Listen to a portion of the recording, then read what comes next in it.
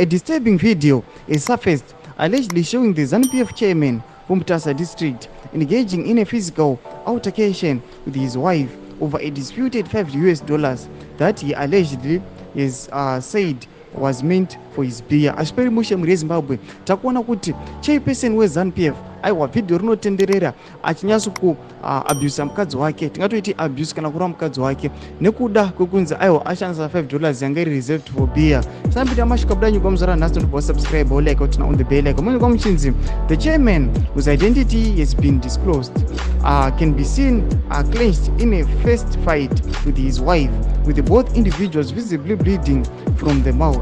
In the background, a woman's voice can be heard attempting to intervene and stop the fight, but her efforts appear to be in vain.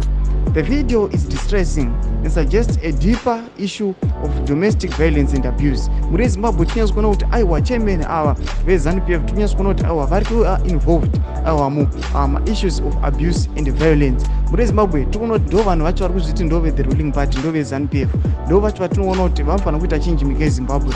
But kana toona munhu wachairman kubato uri kutungamira reZANU-PF akuinvolva mumaacts akadai so, ndo vanhu pavanozoti aiwa hapana kwatiri kuenda, tingori pano 1. Tuzive mafungiro enyu muri kudii pamusoro pechitiko ichi. Ndinga comment section medu, subscribe or like, turn on the bell icon.